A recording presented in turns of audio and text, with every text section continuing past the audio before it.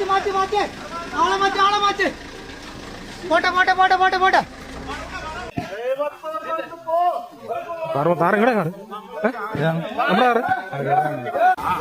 നമ്മുടെ സോളയാറ്